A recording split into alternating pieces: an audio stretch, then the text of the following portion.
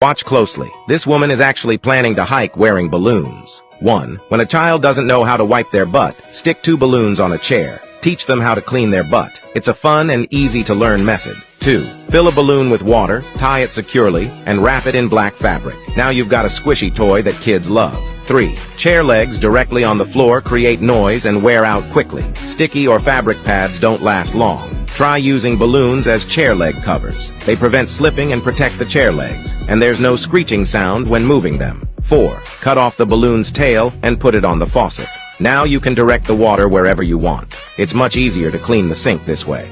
5. Press and release air from a balloon, and you've got a remote control cover. The bottom of a glass is smooth and can slip easily. Hot water can also make it too hot to hold. Cut a balloon and wrap it around the bottom of the glass. This makes it non-slip, and you won't get burned by hot water. The balloon seals tightly over the glass. It works as a handy cover. 6. Wrap tape in a cross pattern over the balloon, and now you can dribble it like a basketball. 7. Cut the top off a balloon and stretch it over a tissue box. Fix it with tape. Fill it with colorful confetti, and you've got a confetti popper. It's a fun way to surprise your girlfriend.